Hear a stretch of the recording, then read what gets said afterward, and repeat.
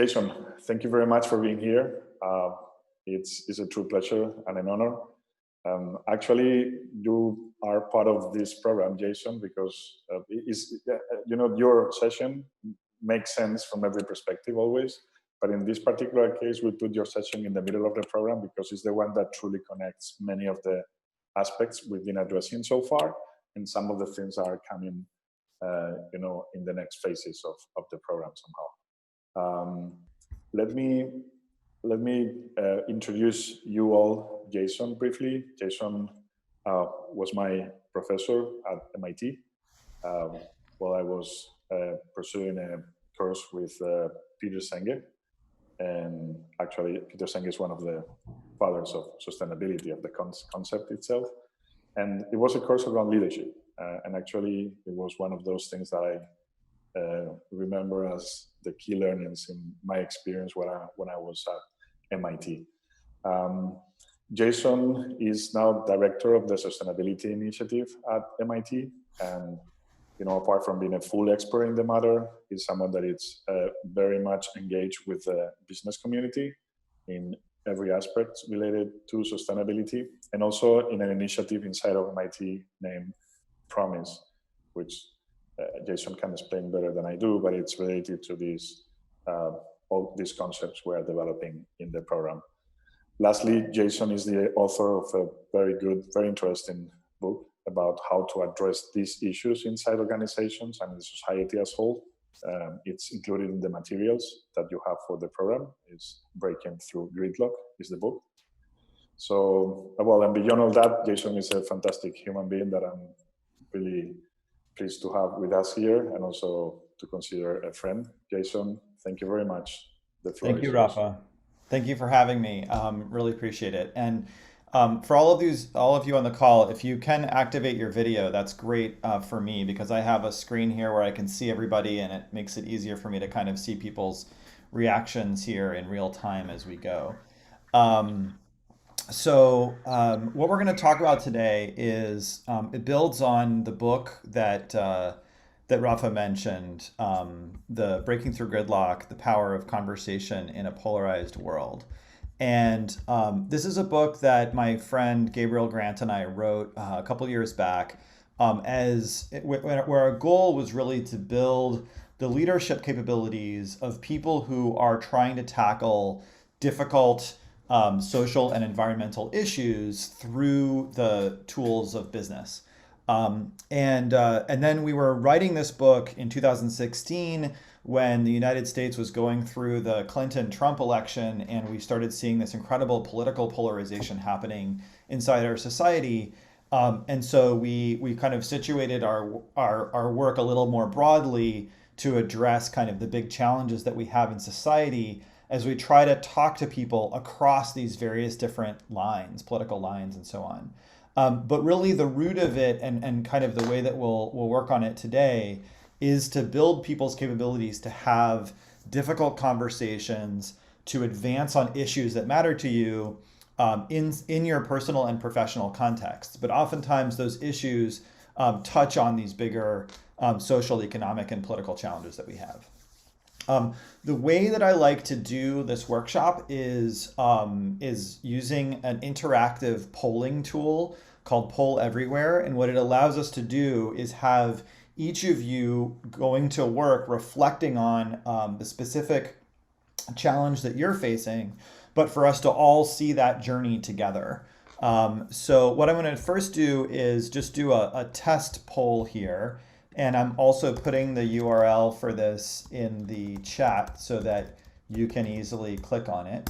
But you can see the URL here at the top of the screen, pollev.com/btgbook. And what you should do is open that up on a phone is probably a very good option, or on a browser tab somewhere, on your computer that you can easily switch to, and just keep that browser tab open for the duration of this workshop, because what I'll do is I'm going to ask a series of questions, and as I ask them, they will become activated as poll questions, and then your answers will pop up here on the screen.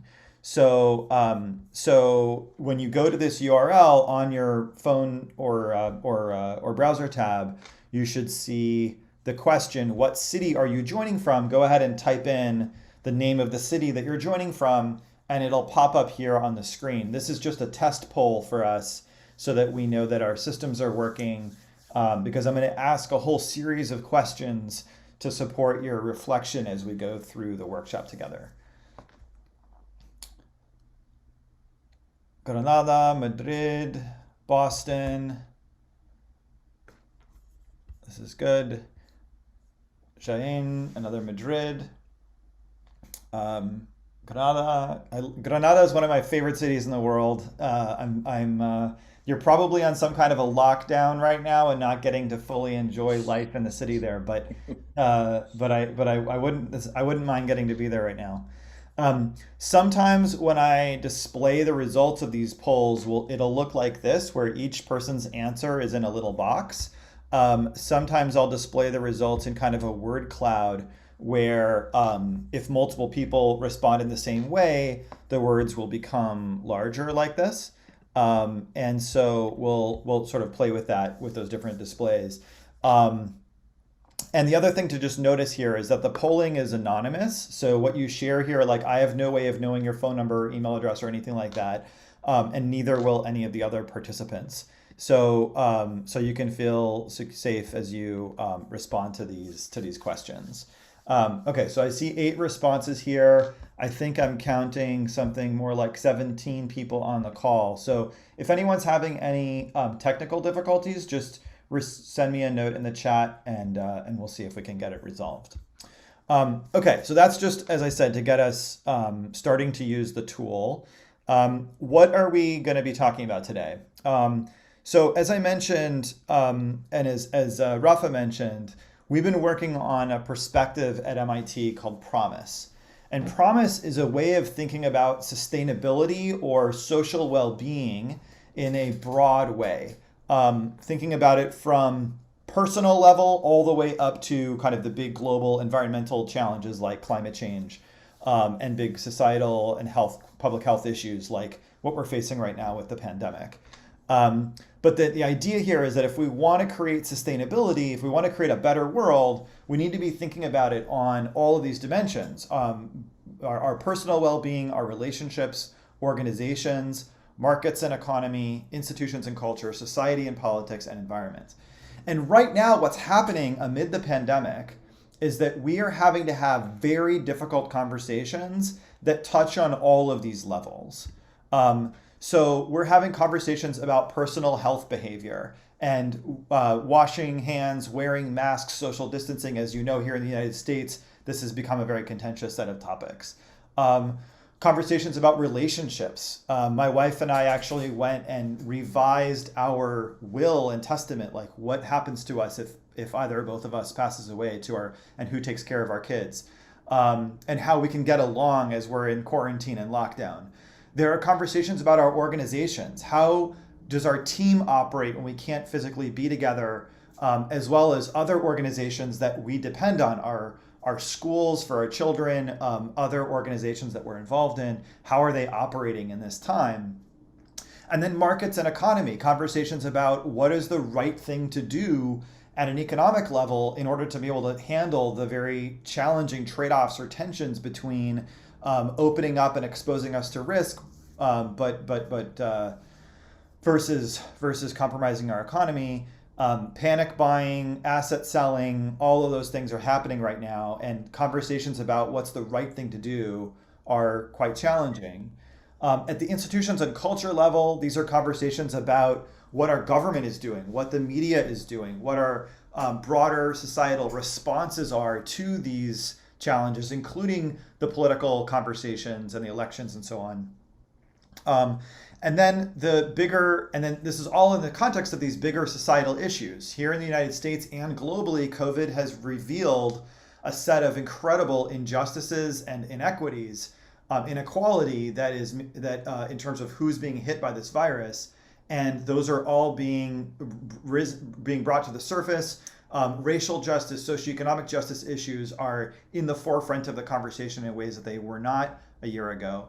And then finally, even the natural environment is touched on by these. Some people are looking at graphs of, reduced emissions or air pollution, or pictures of New Delhi with blue skies, like the one in my background here in Massachusetts.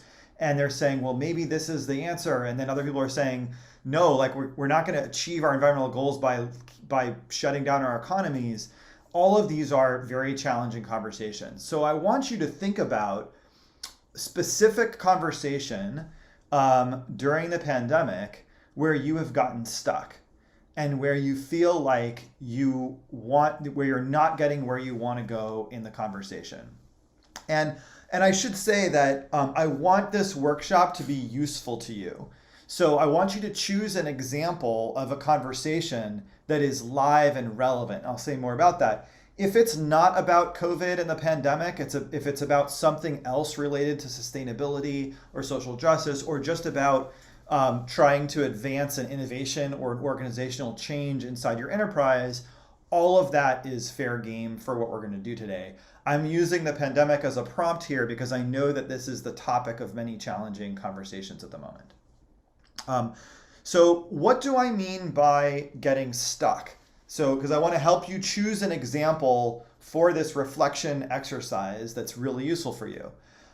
So being stuck looks like the following. It looks like feeling torn, feeling like you're stuck between two options that are neither of which are sufficient. So on the one hand, I feel like maybe I can just keep the peace and not have the conversation, avoid the conversation, no politics at the dinner table, stay on common ground, stay with small talk.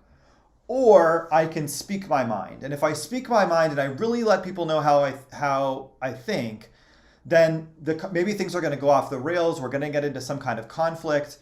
I'm going to raise my voice. I'm going to put them in their place. I'm going to show them the error of their ways. But somehow I know that might get me into trouble. And so I feel I'm choosing one or the other of these, and neither of them is really getting me where I want to go. That's what I mean by stuck. And the first thing I want to point out is that underneath these two options, there are two things that you really care about and that we really care about. And those two things are, one, on the left side, is that we want to preserve or strengthen the relationship. And so I want us to think about conversations that matter. These are with our spouses, our close colleagues, our customers, our close suppliers, our bosses, our investors, etc., where those relationships matter to us and we want to preserve and strengthen the relationship. And so part of the reason we might keep the peace or avoid the topic is in the interest of so-called preserving the relationship. On the other hand, there is some issue that we really care about, where we want to make progress. It's something that matters to us. And that's the reason why we might want to speak our mind and risk some kind of conflict or letting things get off the rails.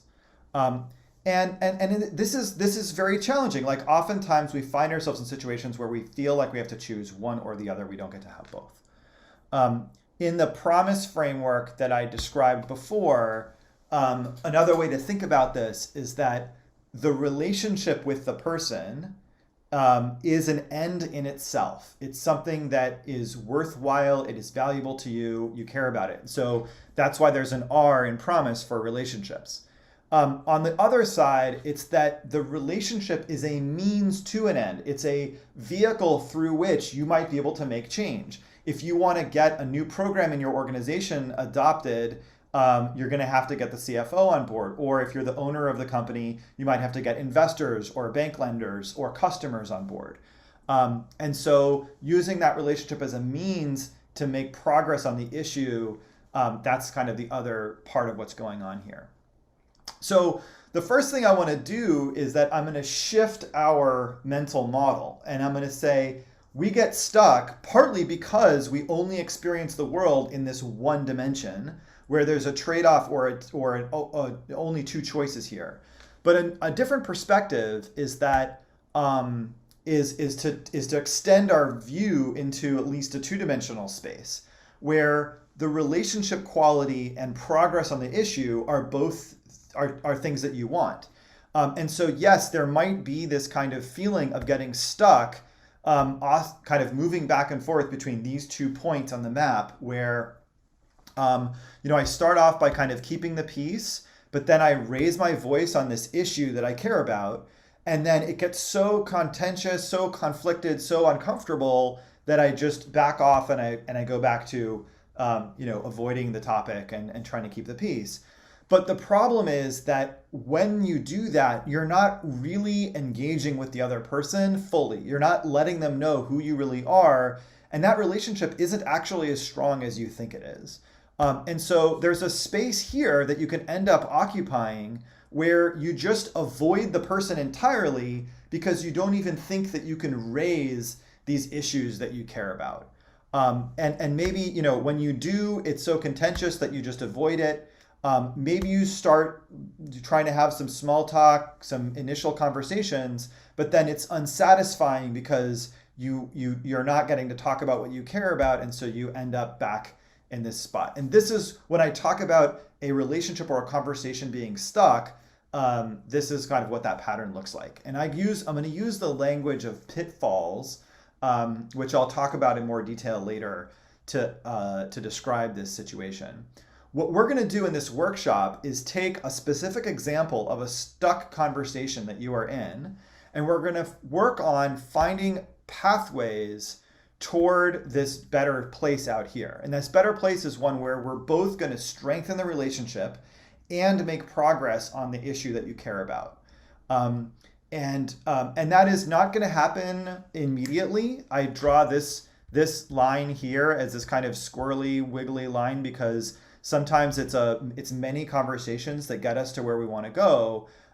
Some that we're really moving more on the issue, some more on the relationship, but eventually we're going to be able to get out to this space. And that's the intention here. So I want you to choose an example where it would make a difference to you. It would be important to you to get from this stuck place to this new place, to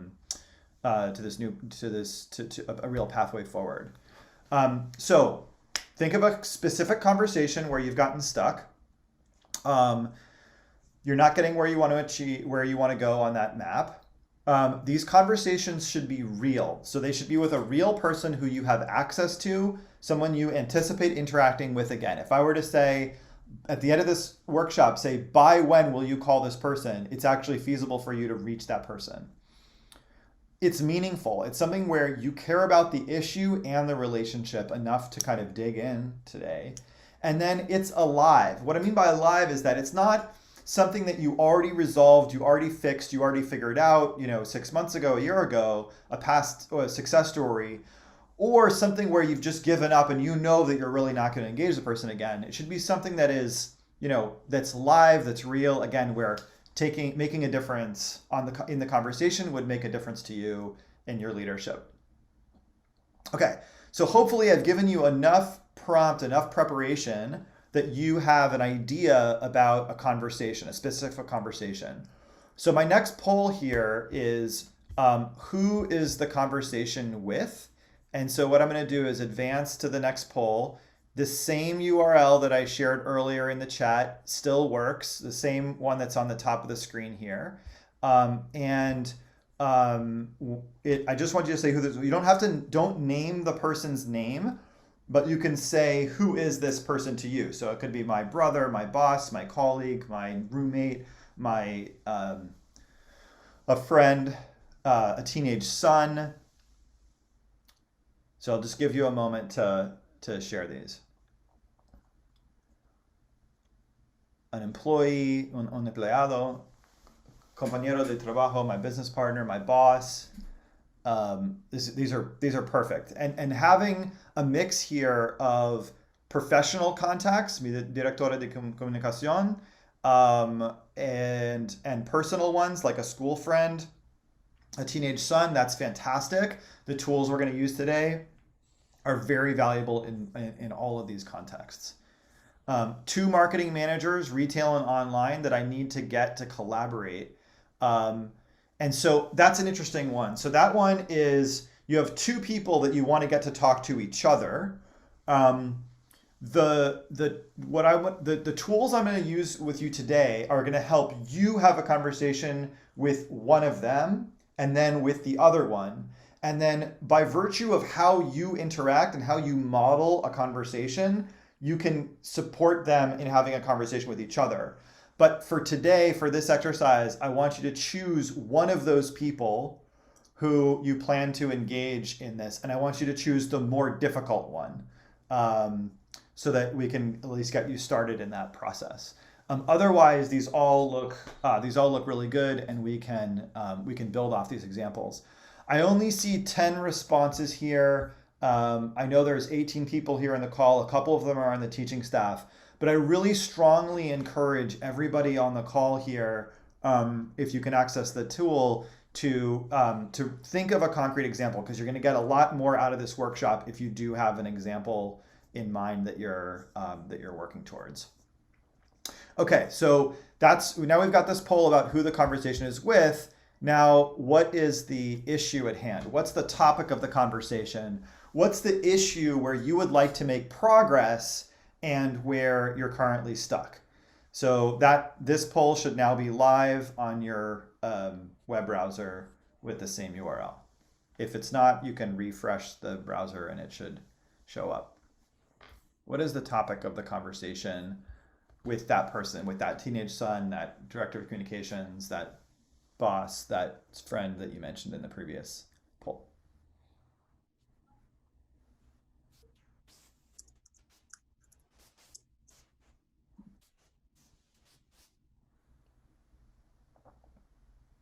Okay, the objectives of the enterprise, global warming solutions. Excellent.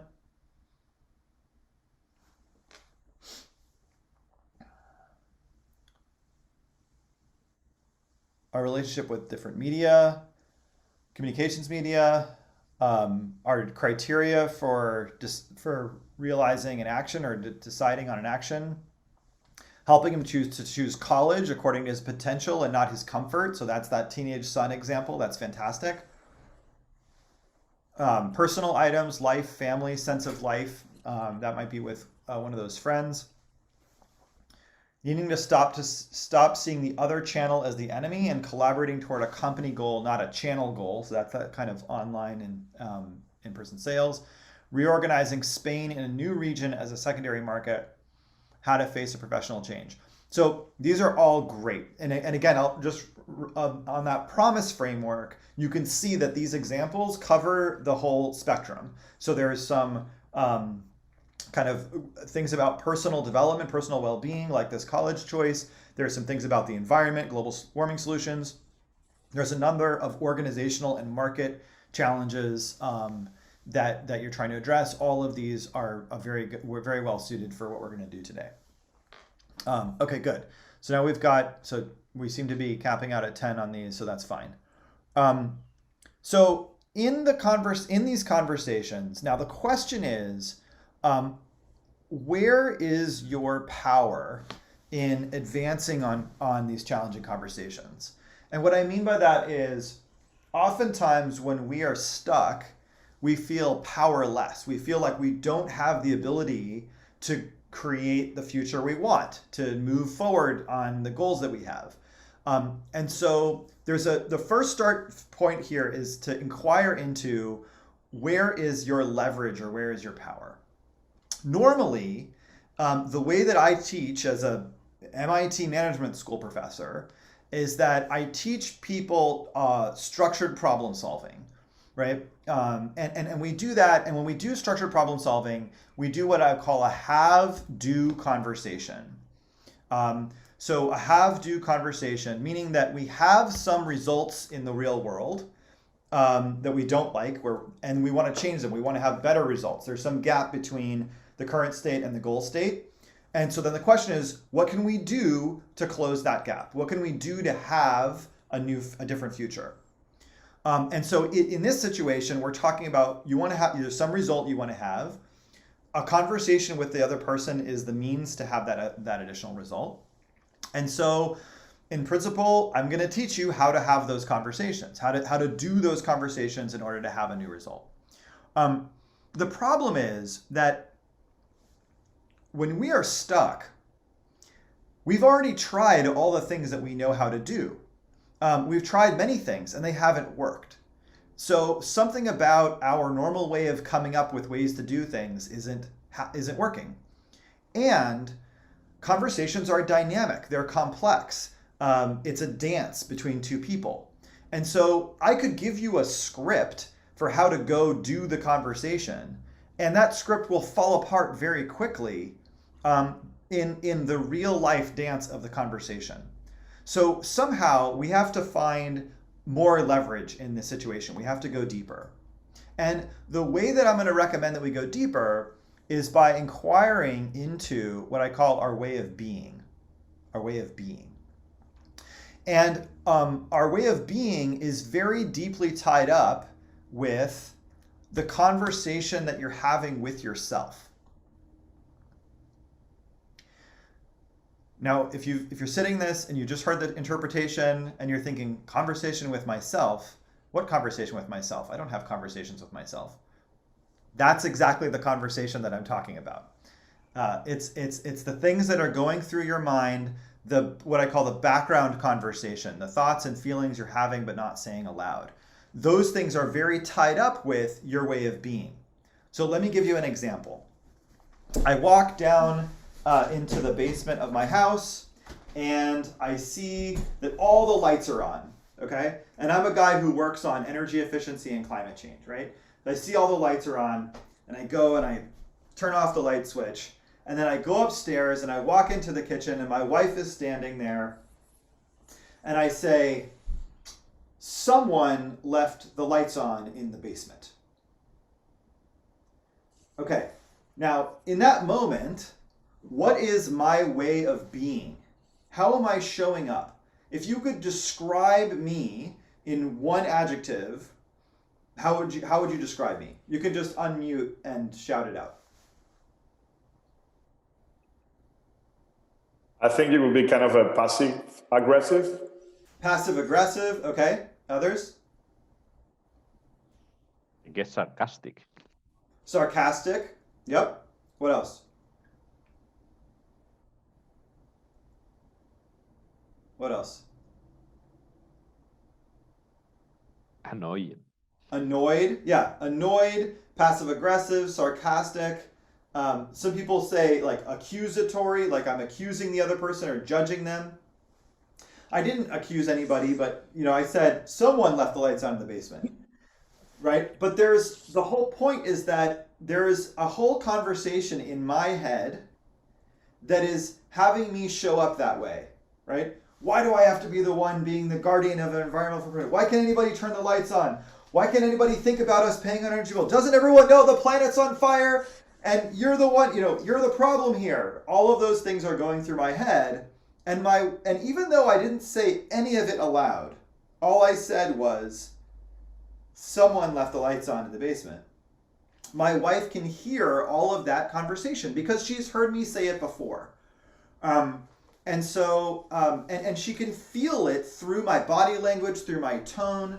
Human beings communicate a tremendous amount through nonverbal communication, through our body language, through the way that we interact with people, even online, even through subtle things about the pacing of our text messages, the choice of emojis, all those sorts of things. So the leverage here, the way that we make progress is by really inquiring into and thinking about our way of being.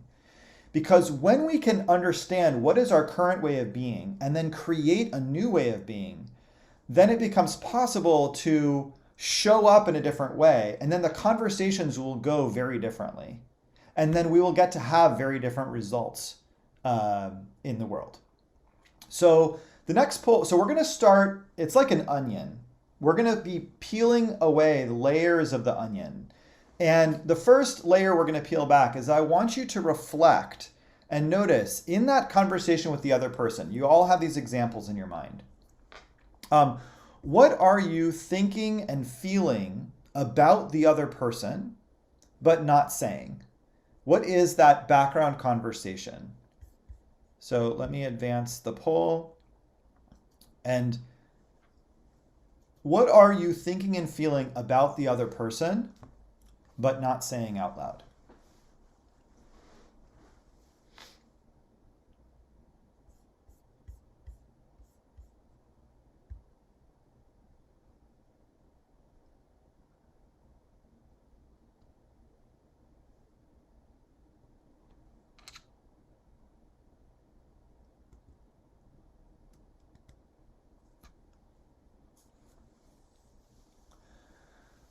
No te importa lo que a mí me importa. You don't care about what I care about. You don't care about what's important to me.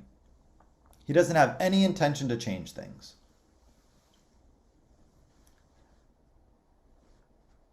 He's wasting his talent. He should do better, work like crazy to get the best. She's not considering my background and expertise on the field.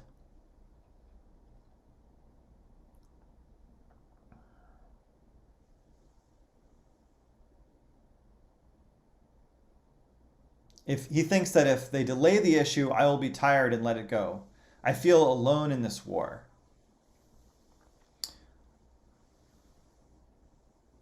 And you are, the other one in the Spanish is you are very stubborn and Yeah. you don't listen to me.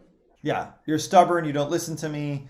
So I think you guys are being very polite in the ways that you're filling out this survey. There's probably a lot of other things that you're thinking about the other person that, you know, this you're eres un testarudo test, you know, maybe that's like the start of it, but I just want you to be conscious of the fact that there's also some so there sometimes it may not be the case in these examples, but be present to kind of the stronger aspects of this.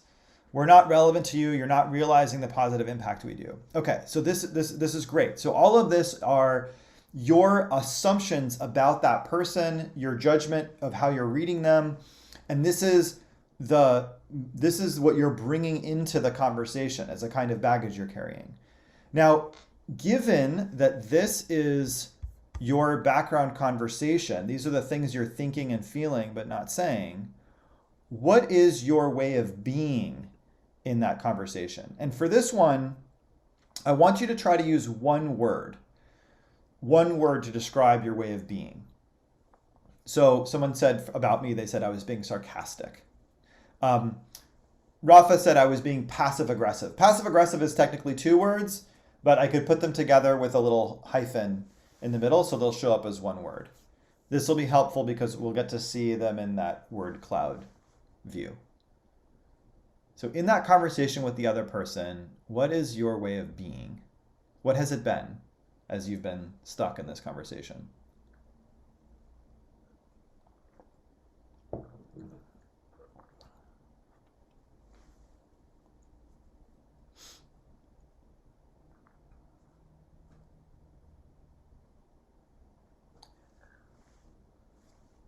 In fact, let me switch to this one because this will make it a little easier for me to coach. Okay, so this is interesting. There's a couple where I'm seeing two different things here in this poll. So some of you are looking at yourself and you're saying, you know what, I am being autoritario, irrelevant, prejudging, dramatic. Some of you are insistent. You know, some of you are looking at yourself in a more favorable light. And you're saying, wait, I'm being direct, I'm being friendly, I'm being sincere, I'm patiently explaining the facts. What I want you to do is, I want you to imagine that I get to bring that person into this call. So that teenage son or that boss or that colleague, I get to bring them along into this call and I say, tell me, what is Nacho's way of being in this in these conversations you've been having? Would you describe him as direct, sincere, and friendly? And then what would that person say? How would they gauge your way of being? Because I can tell you that in that moment with my wife, she did not think that I was being sincere, direct, or friendly. She thought I was being exactly what you guys said, which was passive-aggressive, accusatory, judgmental, holier-than-thou. So I want you to, if maybe this was your first pass, but now I want you to ask the question, how are you showing up to them? How are they experiencing your way of being. And you can refresh this and enter in the poll again and put in a new answer.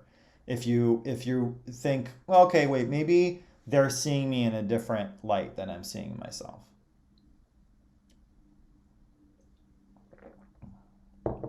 Time waster, okay.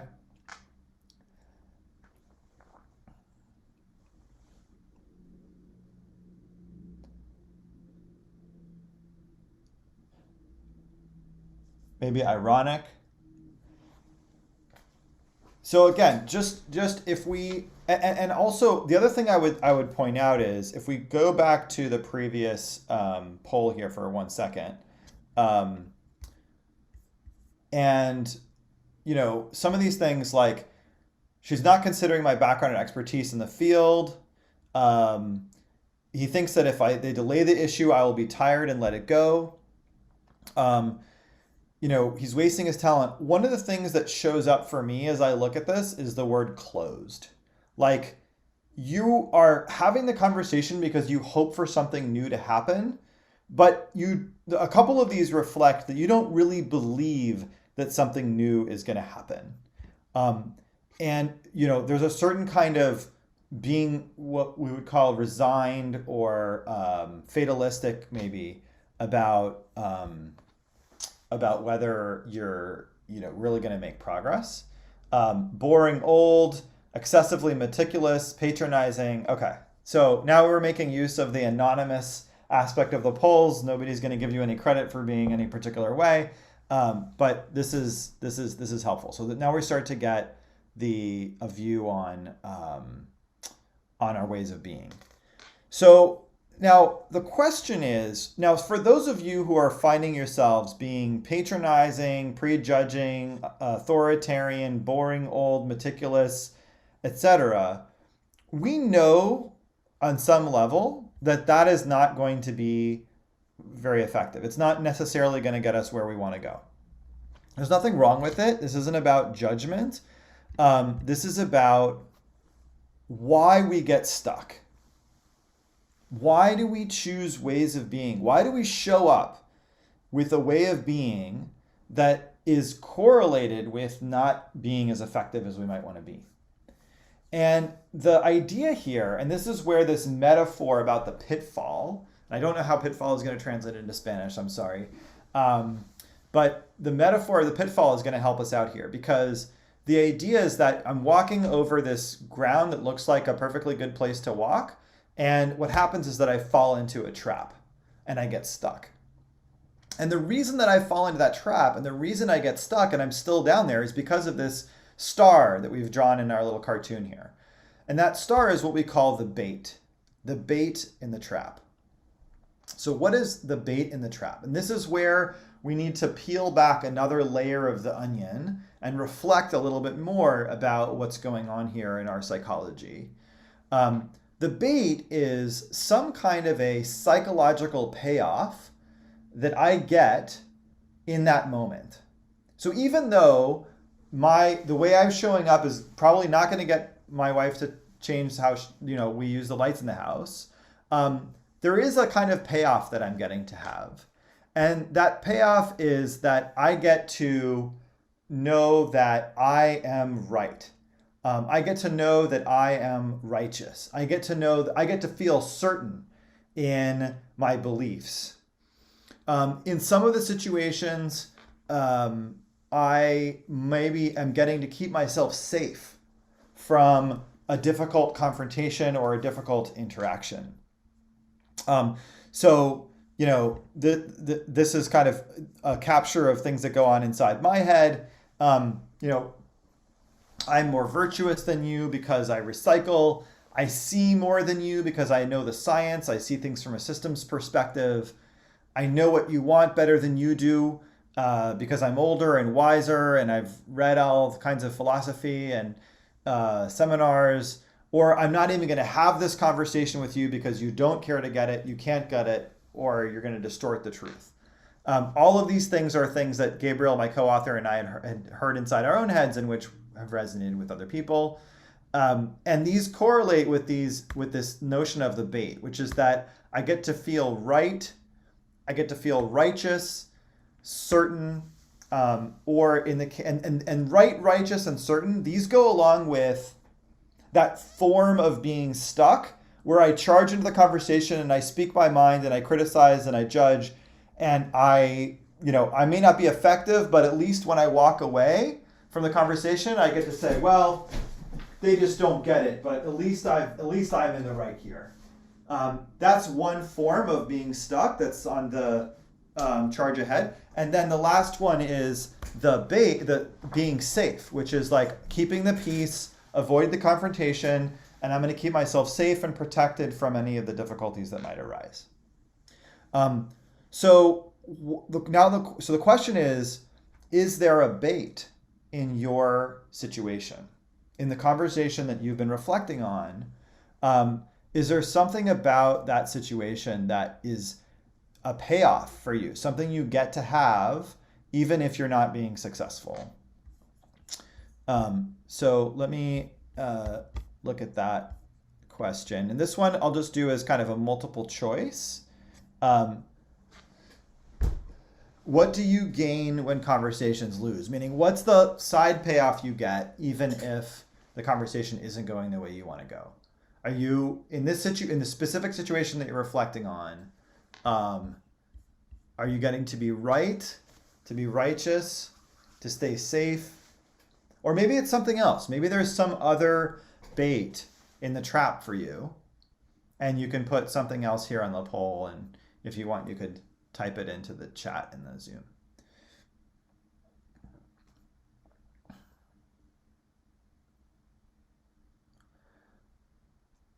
Okay, so I'm only seeing 3 answers here, and I'm going to interpret this as maybe I'm not conveying this correctly. So if anyone has any questions about what do I mean by bait, what is this concept, please just go ahead and unmute and pose a question.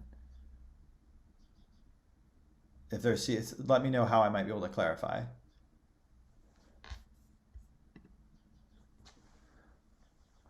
But right now we've got a couple people who are in kind of the right and certain buckets, a couple who are sort of keeping themselves safe in these conversations, and these are the ways that you kind of are grasping onto that bait and staying stuck in the trap.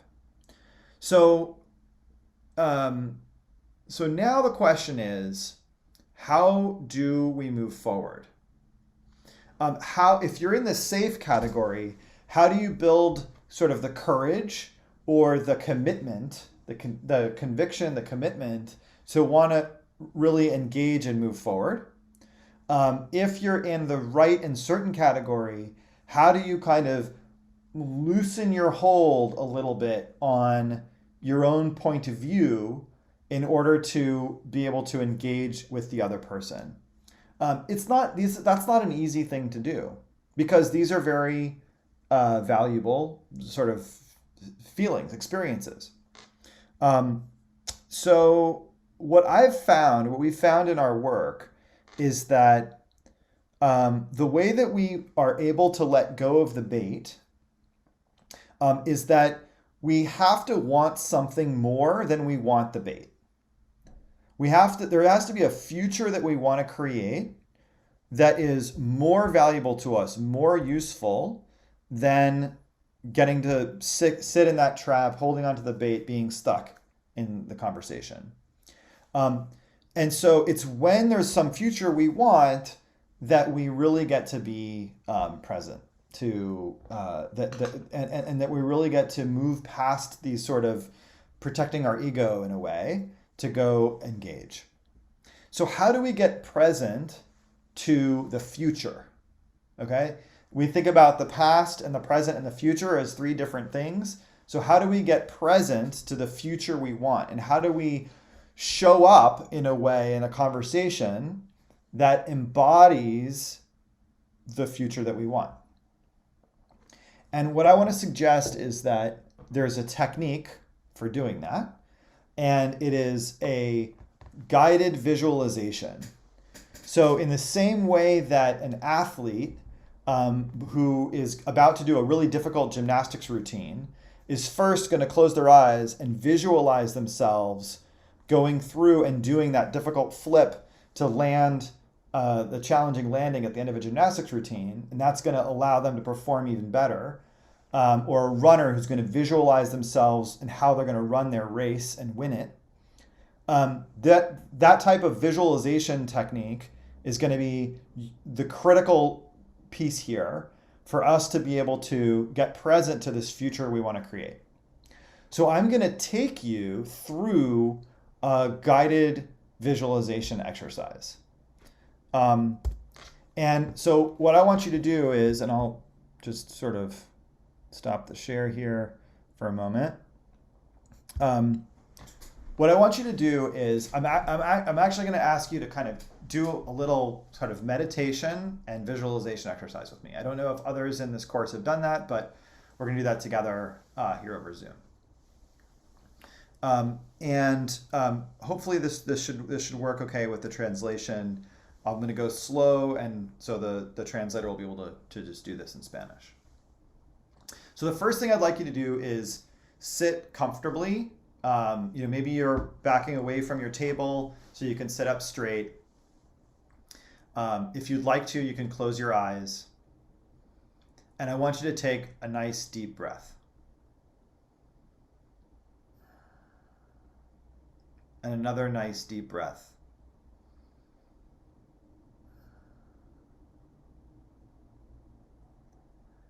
And I want you to think about this person that you've been reflecting on, the conversation that you've been reflecting on where you've gotten stuck.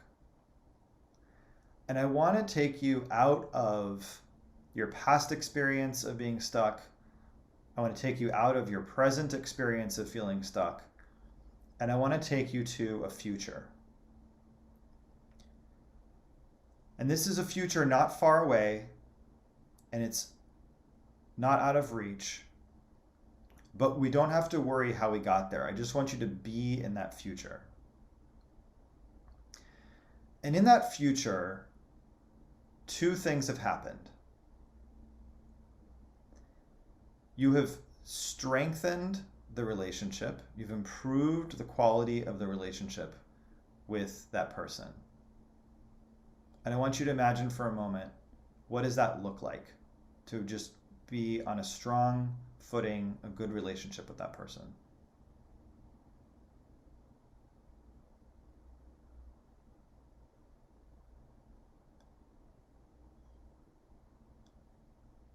And at the same time, I want you to imagine that you've made progress on the issue that you care about.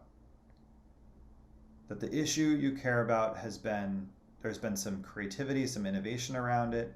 There's real progress around the issue that you care about that was otherwise stuck in this conversation.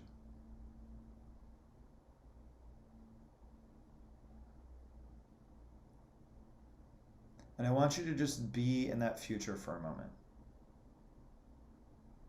You don't have to worry about how you got there, what you said or did.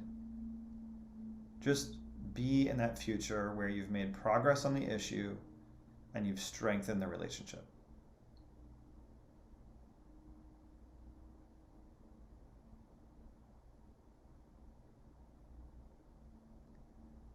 Now, in that future, what becomes available, what becomes possible for you?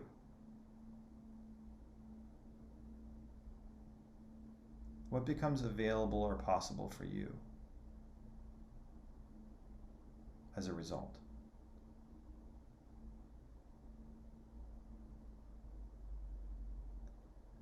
What becomes available for the other person?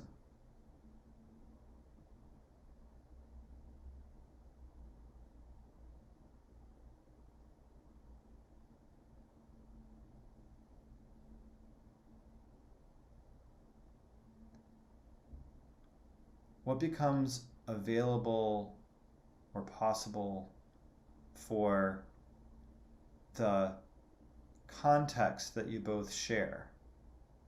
The family, the organization, the group, the team, whatever it is, the larger space that you both work in or live in. What becomes possible for them? for the whole.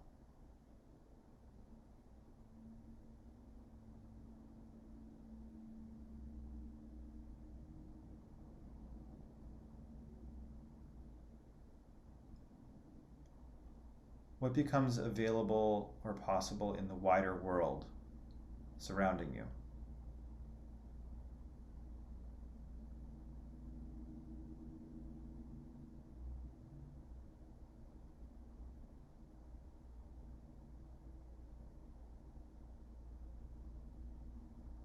So I want you to be in that future, to see it in detail.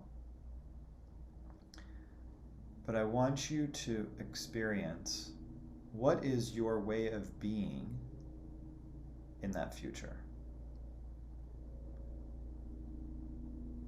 How do you get to be?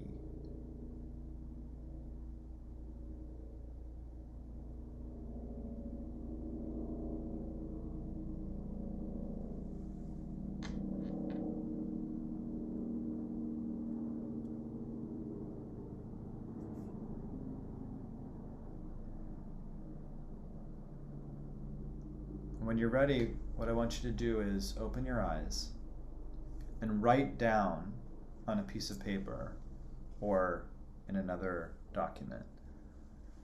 Write down what you saw.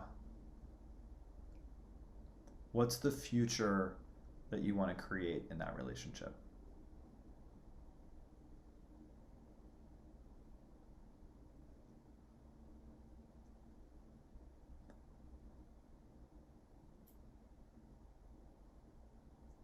Write down what's the future that you want to create and what is your way of being in that future. Mm-hmm.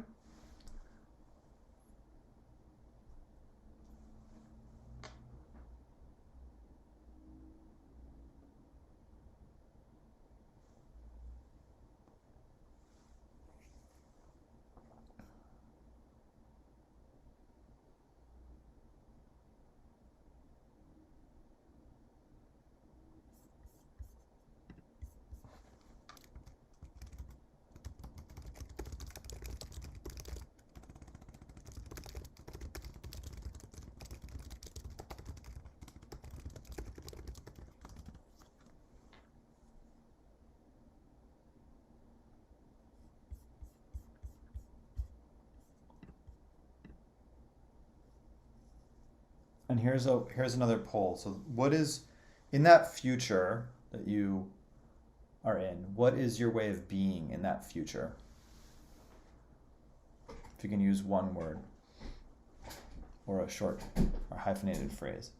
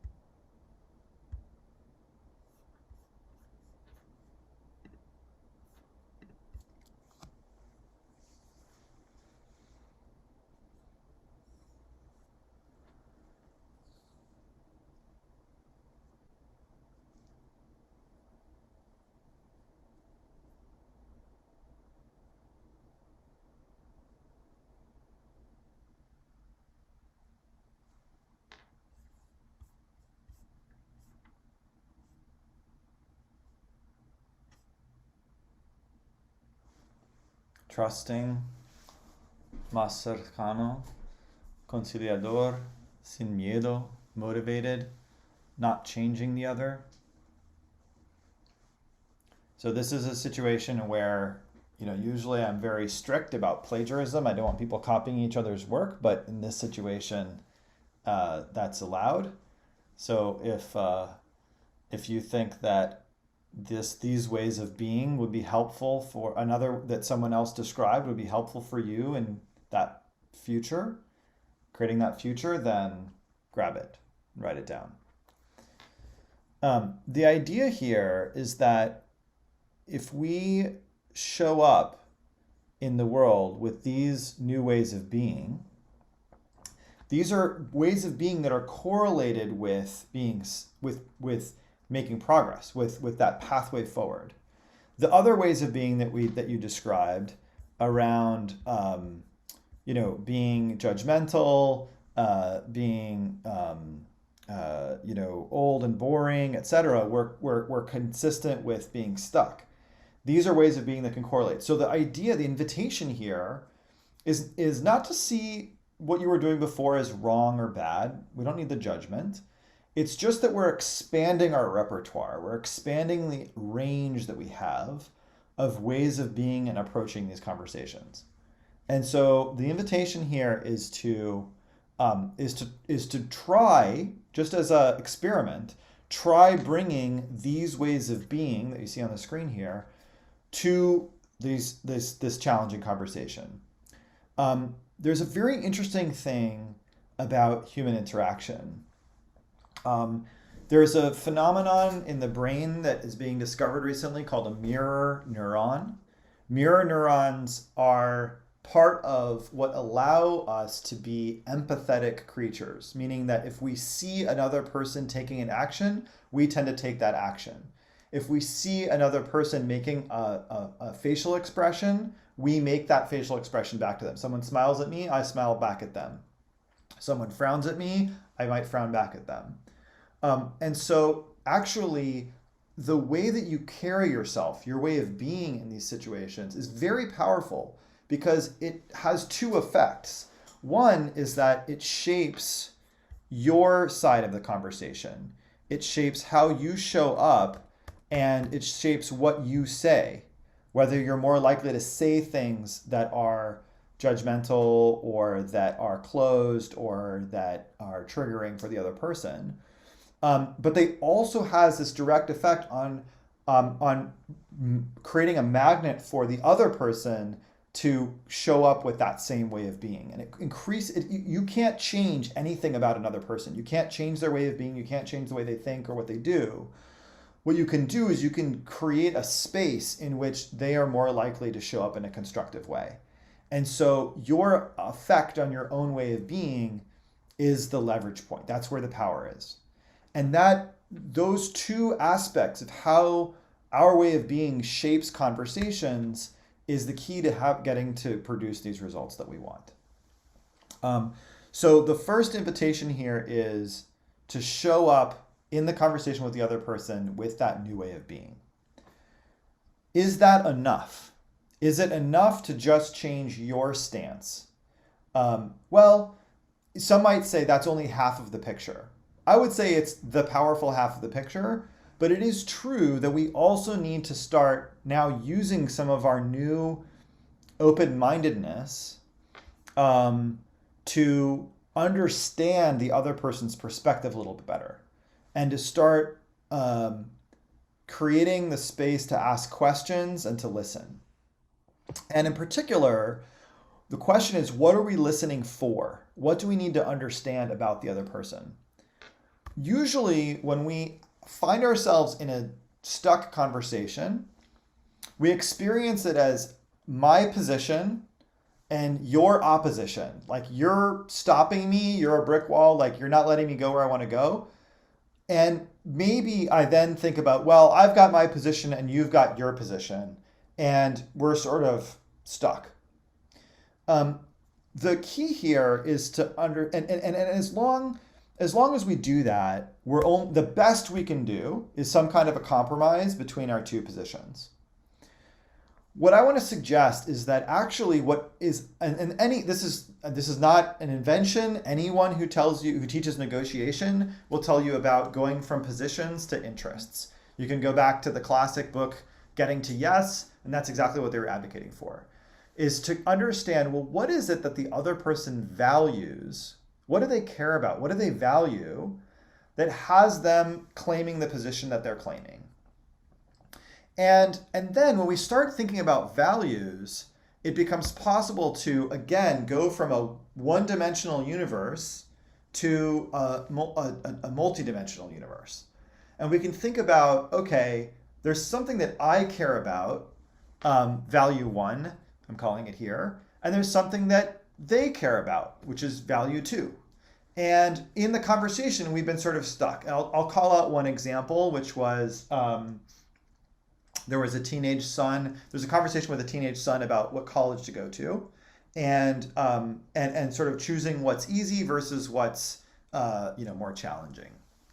So the key there is to understand, well, what is it that the other person values that they care about that's having them stake out the position that they care about. So and to do that in a way that's not judgmental, where that bait doesn't creep back in of getting to be right and certain, but really being open to ask the question, what is it that they value that you may have undervalued? And that maybe in other situations you do value. Maybe in other situations you do value the kind of social life that kid wants to have in college, or the chance to pursue other activities. I mean, whatever it happens to be. I don't know your son, but in any of these contexts, what is it that they value that you may have undervalued? Once you can really articulate that and understand that, then it's possible to, again, explore this frontier where you are expanding the frontier of possibility. You're expanding into new territory where maybe both things can be achieved at the same time. But it's not possible to do that unless we can understand what they value. So this is so from this standpoint of, okay, now I'm really putting myself in the other person's shoes. Let's look at this next poll, which is, what do they value that you may have undervalued?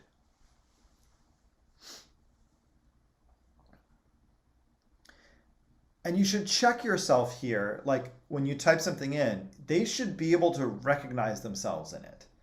They should be able to see this and say, oh yes, that is in fact what I value. And by the way, a really, really good answer to this question is, I don't know. Because it may be that you've never taken the time to really listen to them and understand things from their perspective. And so the question, a totally great answer to this question is, I don't know, because that's the beginning of you starting to recognize, whoa, I've been so focused on my position and my interests and what I want and getting what I want and being right and certain about it, or being safe and not even trying the conversation, that I've never really inquired, I've never really asked, what is it that this person values and cares about here that has them staking out the position that they do?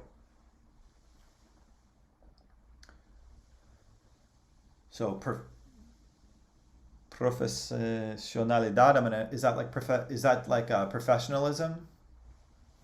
Okay. His independence. What does the other person value that has them staking the position that they do? And maybe it's something that you've been undervaluing in the conversation so far.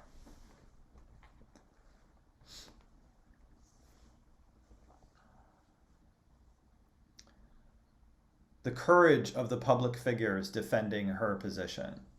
So this is somebody has a different sort of position than you do on maybe some issue, and the people who are advocating on her side, like, actually might be worthy of admiration in some way. They may be courageous.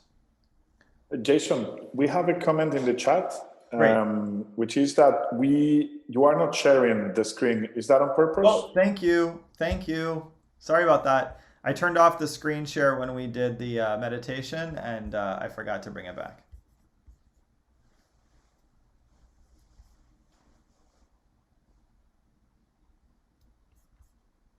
Sorry, I should have caught that. In fact, because of that, okay, so what they value, professionalism, courage, independence, position of power, so their position, security. So seguridad, security, safety, is an important one. Long-term vision. One of the things that I have found myself tempted to respond in this poll, in this question, is the status quo. Like, they just don't want change. I am advocating for change, and they want the status quo. And I want to just point out that that's like not a very good answer to this question, because it's not inquiring enough into what they value about the status quo. What is it that the status quo gives them that they fear they would lose? So this is another way to ask this question, is what does the other person fear losing if they were to join you in making progress about the issue that they care about? I once gave a TED talk about this work, and the speaker coach said, look, you've got to have one tagline that you'll use throughout the talk. And so my tagline was, when we let go, we get going. And what I meant by that was that when we let go of the bait, we let go of our old way of being, we let go of that right, righteous, certain, we become open to new possibilities. But we also have to help the other person let go of their fear of losing something. Because if they fear that they're going to lose something important to them by coming along with you, they're going to keep digging in their heels. So getting into that is like kind of the key here. Since I didn't have my screen shared before, that means that you missed a couple of this visual, which I'll put back on the screen, which is that I was just sort of this idea of going from a one-dimensional my position versus your position to a kind of a two-dimensional view of my value versus your value, and well, actually, maybe we can explore a frontier that is integrative, that expands the size of the pie rather than just trying to carve up the pie. And then that led us to this question, which you just answered quite nicely. Okay, so now you have all of the ingredients for a really rich reflection on the conversation that you've been experimenting with. So I'm going to just kind of rewind here, which is that you've looked at you chose an example with a specific person around a specific topic. And so now what we can do is we can now start to think about, well, how do we approach the conversation in a new way? And we have all of the ingredients to do that, because I can go to this other person and I can say, hello, son, or hello, friend, or hello, partner.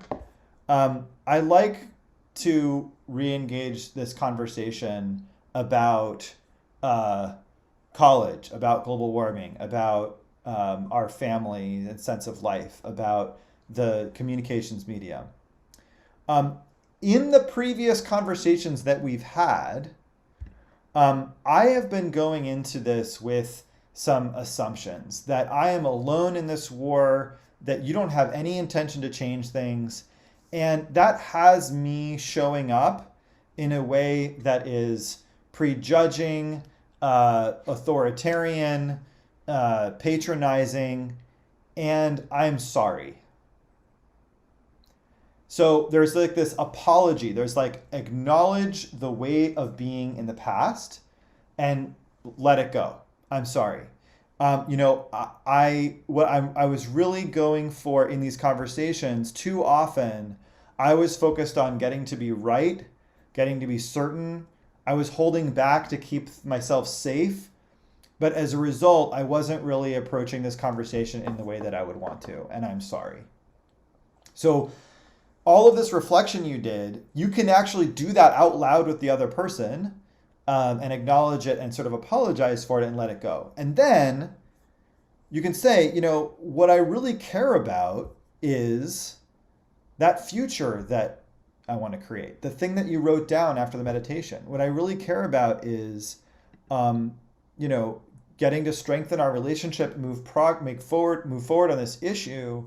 And my intention, I want to show up with a way of being that is not about changing you, but that's trusting, that is less certain, but where I'm really passionate and motivated to work on this issue with you.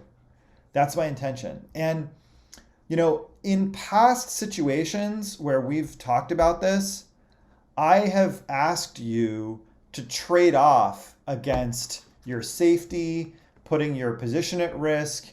I've sort of tread on your independence, and that's not what I want to do. I want to see how we can come up with new solutions, new approaches that can work for what you want and for what I want in this situation. So this is an approach that we call transformative contrasting, what I just illustrated. We call this transformative contrasting. So what does that mean? Well, the contrasting part is that I'm explicitly drawing a contrast between how I showed up before, how you expect me to show up, and how I'm going to show up now. I'm drawing a contrast between the things I was going for before, getting to be right and righteous and certain, and the things that I'm going for now, which is to strengthen the relationship and make progress in the issue. And if you do that contrasting well, it is transformative. This is about transforming your way of being, transforming the dynamic of the conversation, and completely transforming the future that is possible for the two of you together. So what I'm going to do is I'll share in the chat a little kind of worksheet sort of thing, like a little script that you can fill out, where this transformative contrasting will show up as like a kind of Mad Lib, like fill in the blanks. But the key thing is that you have to make this your own. You have to, the ingredients are there. It's about letting go of acknowledging and letting go of the previous way of being, and stating a new set of intentions around what you want. And what we're going to do for our remaining time here is go into breakout rooms of two people, where in a pair you can share with the other person what is this conversation? What did you learn through this exercise? But more importantly, when you go to try that conversation again, how are you going to approach it? What's going to be your stance, your way of being? What are the things that you're going to say? How are you going to do this type of contrasting? And so it'll just be like a simple breakout room kind of conversation. A simple sort of peer coaching type conversation. Who's the person? What are your goals? How will you approach the conversation? What's the setting and timing of when you would want to talk to them? And then what will you say, or what questions will you ask that you think could put the conversation on a new footing? And then your peer coach here is going to just reflect back to you what they think is effective or not about your approach, and maybe support you in that process. We'll call time 5 minutes the way through, so that you can, I'll send an announcement so you can switch partners. Not switch partners, but just switch roles inside the partnership, so that both of you get a chance to share how you're going to approach these conversations in a new way. Now, I'm going to need, so Noelia, who's the host of the meeting, is going to have to create those paired breakout rooms, so that you can do this peer coaching conversation. And then what I'm going to do is, just before we go, I'll paste I'll paste the script into the chat, so that if you open the chat when you're in the breakout room, you'll get to see exactly what we're going to do here. But I think Noelia, are we ready to go to breakouts? Yes, I opened the group. Thank you.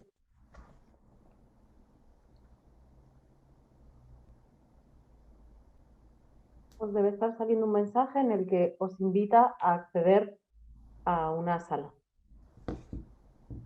Simplemente le deis a uniros y iréis, ya está.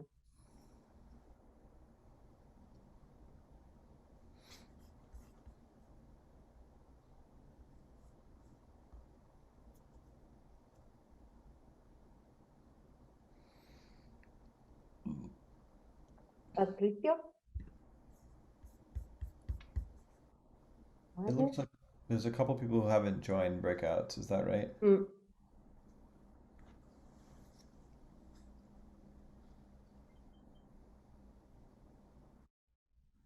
Patricio, Germán. Perdón, yo es que me he conectado, no veía a nadie, he salido y no consigo volver a conectar. ¿Cómo sería? Vale, dame un segundo.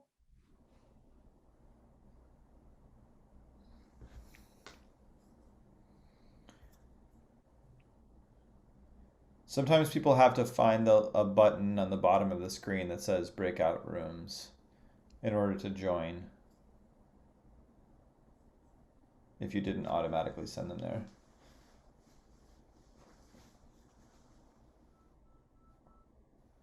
Claro, Estrella se ha quedado sola.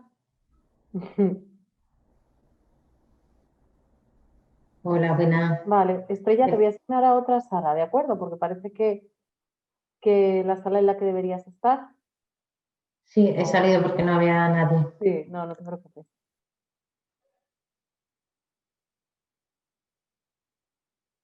Oh, I see. So it looks like there's actually 7 connections on here that are teaching team. So we would only have been expecting 10 responses in the poll. So that's good. Okay. Oh. Is Vuelvo Luis? a aparecer por aquí, Noelia. No sé qué pasa. De acuerdo, voy a hacer algo. Luis y Estrella, que parece que tenéis algún problema. Sí, he vuelto a la principal. Me gustaría poder Bien. entrar en la sala de trabajo. No os preocupéis. Ya no.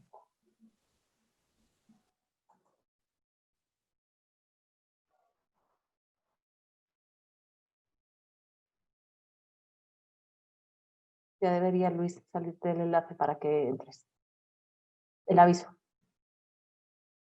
Estás con el micro apagado, no sé si estás pudiendo entrar o no. Sí, un segundín.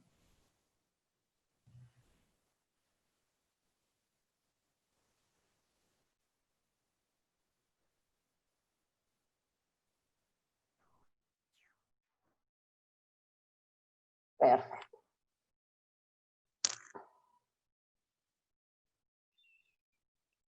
Is Patricio someone who should be in a breakout or no?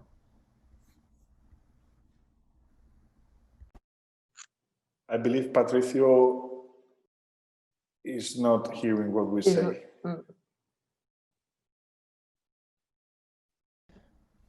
Okay, so it looks like everybody else is okay then. Yeah. So in a couple minutes, I started a stopwatch when they went into the breakout rooms, but recognizing that there's some people who had some trouble. When they're in there when there's 5 minutes left, Noelia, you can send them a broadcast message saying 5 minutes left, which will be, I'll tell you when that is. It's like in a couple minutes. And then Rafa is the... Oh, Estrella is back.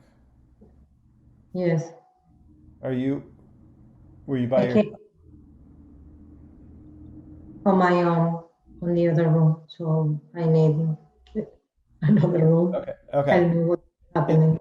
Noelia, was Estrella supposed to be in the room with somebody, or was she by herself? I back by myself because I was only me. So Okay. So anyway, so I can be your breakout room, Estrella. So okay, but my English is not really good, so I can understand very well. So, but I can't speak so well. or maybe Rafa can help you. Yeah, pleasure. Estrella, you want to tell Rafa the situation that you've been reflecting on? En español, si quieres. Español, sí, sí.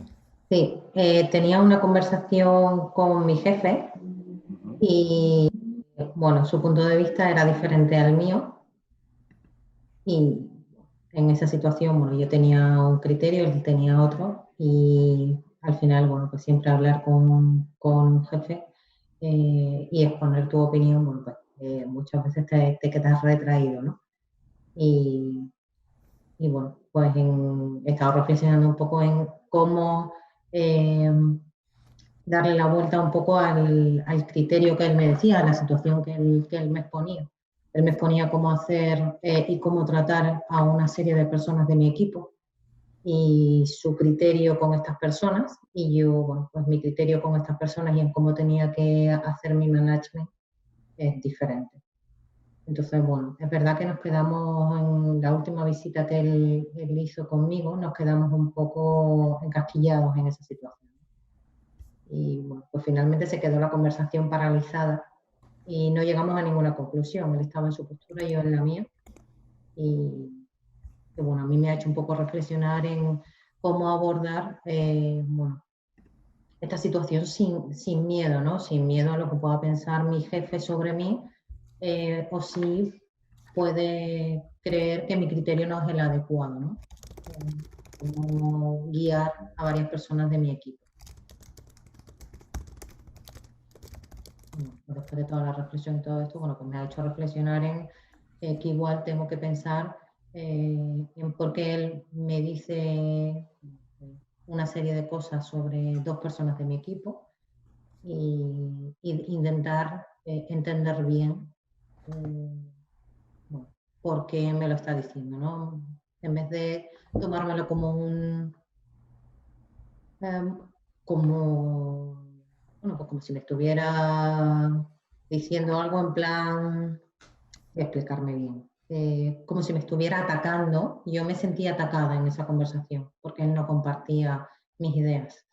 Entonces, igual también mi comunicación fue muy brusca y no fue asertiva en ese momento porque me sentí atacada.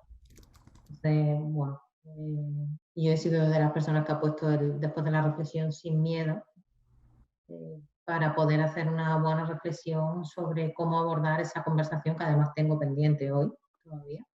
Esto fue la semana pasada, ¿no? Ha sido como la más reciente que tenía, para mí era lo más fácil.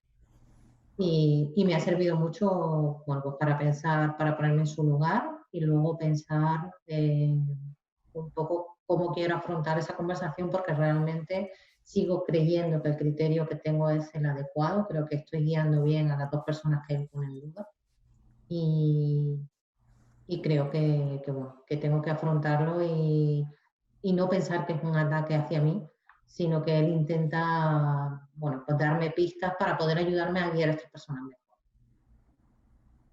Claro. Bueno, no sé si era muy bien esto todo lo que querías que compartiéramos, pero yo te he contado mi rollo. No, pero está muy bien. O sea, yo creo que, a ver, con un jefe nada de todo esto que estamos hablando es fácil porque hay muchas connotaciones, ¿no? Ahí está el rol de autoridad que él tiene, formal, y de jerarquía, el rol jerárquico, y de alguna manera yo creo que una cosa es con un hijo, otra cosa es con un amigo, otra cosa es con un subordinado. Con un jefe esto toma una dimensión que nos genera muchas más emociones, ¿no? Muy, muy diversas también, ¿no?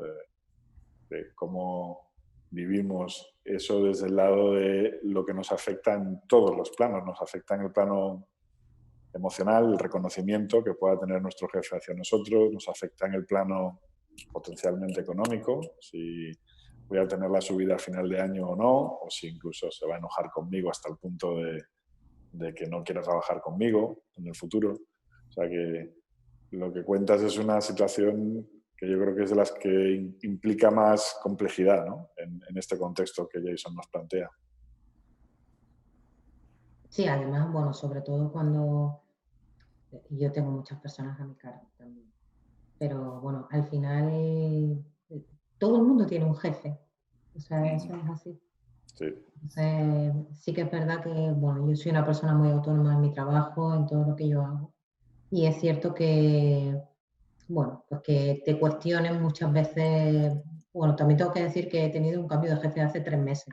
Entonces, es verdad que también estamos conociéndonos, ¿no?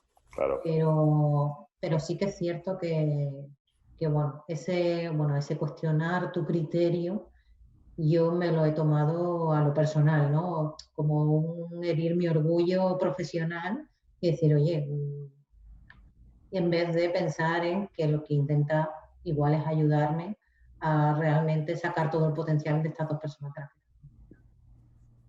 Sin duda, yo creo que por ahí va claramente lo que está pensando él. O sea, que esa reflexión que hace sobre lo que él está de verdad intentando es muy importante, porque efectivamente él no lo hace, seguro que no es un tema personal contra ti, es un tema que tiene que ver con cómo mejorar la gestión de que él ve, ¿no? Y que a estas dos personas las conoce a todas, ¿no? Las conoce desde antes que tú, me imagino. No las conoces, no. Vamos. Yo las conozco, bueno, yo llevo trabajando con estas personas 2 años y él acaba de incorporarse. Yo tenía antes otro jefe y él, bueno, estamos empezando a trabajar juntos desde julio.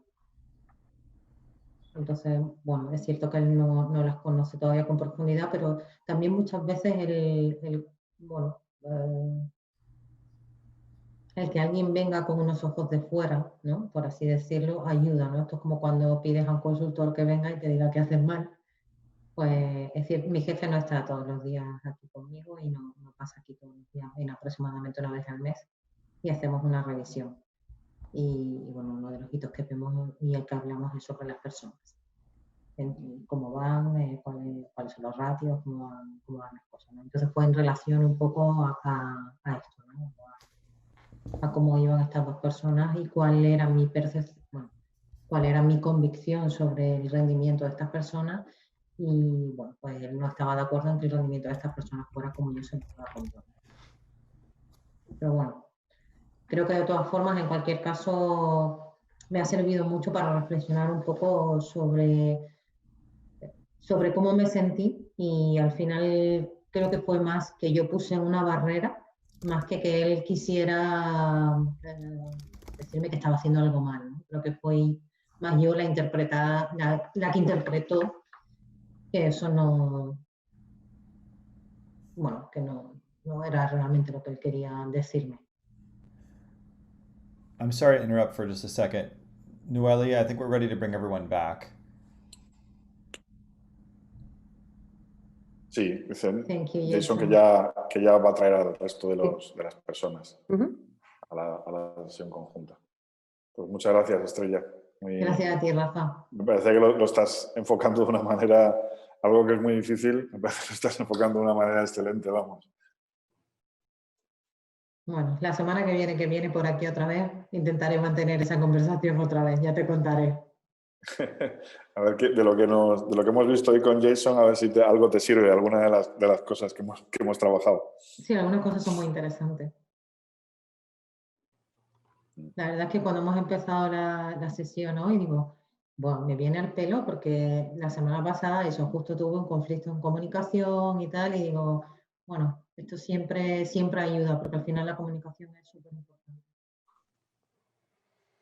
Claro. Yo creo que la riqueza de esta sesión pasa por ahí. Bueno, creo que están volviendo ya el resto de personas. La cantidad de conversaciones que hay en este contexto que se polarizan muy fácilmente, ni contarte en el ámbito político, pero en todos los ámbitos, cuando estamos gestionando un equipo. Okay, it looks like we're getting everyone back now. Hopefully the breakout room discussions, you're able to share a bit. Let's see, are we still waiting for people to come back? Mm-hmm. Okay. I think so, because no, I don't think we are waiting for any more, right? Noelia? Okay. Well, is there anybody else we're waiting for to come back? Están todos. ¿Estamos todos ya? Okay. Yeah, thank you. So, okay, so two things I want to say to close. One is that, it's one thing to kind of reflect and think and come up with some ideas about how to approach a conversation. It's another thing to make a commitment to really go and have the conversation, particularly when it's challenging. So what I want to invite you to do is to make a commitment to yourself to go approach this conversation in a new way. And that means a commitment is not, yes, I would like to do this, or yes, I intend to do this sometime in the future. A commitment is real in time and space. It has a date, it has a place, it is physical. So what I want you to do is write down, a date, a deadline for yourself. Like by December 1st, I will have this conversation with this person, or tonight at 6 p.m., I will call this person. And even better than that, put the next step in your calendar right now to either directly meet with the person, make an invitation, or to put time when you're going to give them a call. But put some action in your calendar that just forces you to go and do it. There's no substitute for just going and doing it. It is the stories in our book are really incredible. The stories that we continue to see in all these workshops are really incredible. I mean, we've seen situations where people have not been talking to their mother for a year and a half, and then they end up having dinner with them every night for a week. We've seen situations where a person had a change initiative that they were trying to advocate for a year and not getting any headway. And then after 2 conversations, they got a green light. So all you can do is try something new. And that's the idea of this, is to expand your repertoire, the different ways that you can approach these conversations. And then also recognizing that, it may not work the first time, and that's fine. If it matters to you, the persistence will serve you. And I will, at the risk of the Spanish translation breaking it, I'll just share a closing kind of poem that someone shared with me after a workshop that I really love. And it goes like this. I walk down the street. There is a deep hole in the sidewalk. I fall in. I am lost. I am helpless. It isn't my fault. It takes forever to find a way out. I walk down the same street. There is a deep hole in the sidewalk. I pretend I don't see it. I've fallen again. I can't believe I'm in the same place, but it isn't my fault. It still takes me a long time to get out. I walk down the same street. There is a deep hole in the sidewalk. I see it is there. I still fall in. It's a habit. My eyes are open. I know where I am. It is my fault. I get out immediately. I walk down the same street. There's a deep hole in the sidewalk. I walk around it. I walk down another street. So go walk down a new street. I hope that today you got some tools to help you do it. And I hope that in each of these conversations and relationships that you are working on, you find that you're able to strengthen the relationship and advance on the issues that matter to you and create a better future for yourself, for the other person, for the organization or family or community that you're part of, and that then the skills that you build in that conversation allow you to go and do that again and again and again and make a better world. So thank you. Thank you, Jason. I don't know if you have a minute for a question or from anyone, if anyone is willing to ask. Jason, I've got 5 minutes. Yes, okay. So anyone is willing to ask a question or to clarify, for Jason to clarify any of the things that he's been sharing with us today?